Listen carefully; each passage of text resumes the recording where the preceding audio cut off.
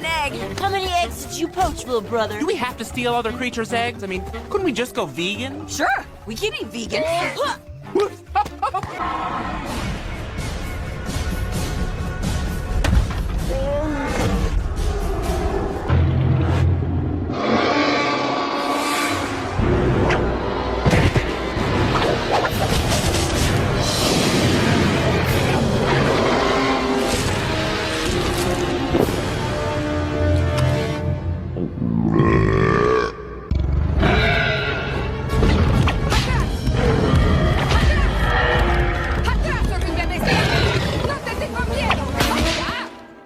Ay, pobrecito.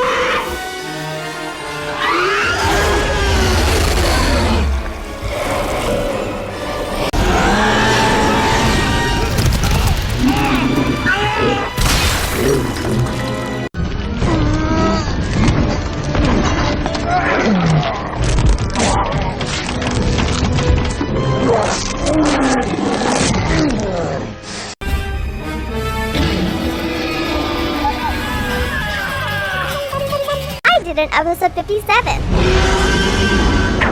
What?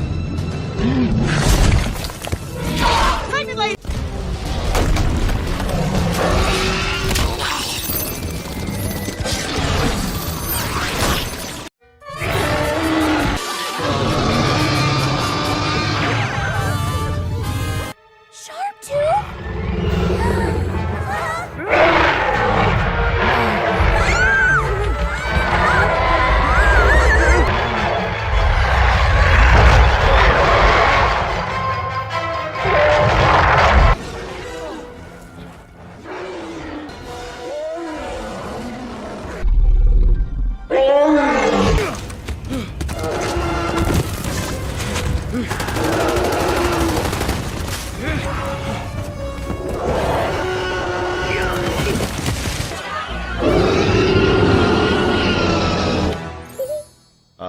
Yeah. Point made. Oh, and my favorite?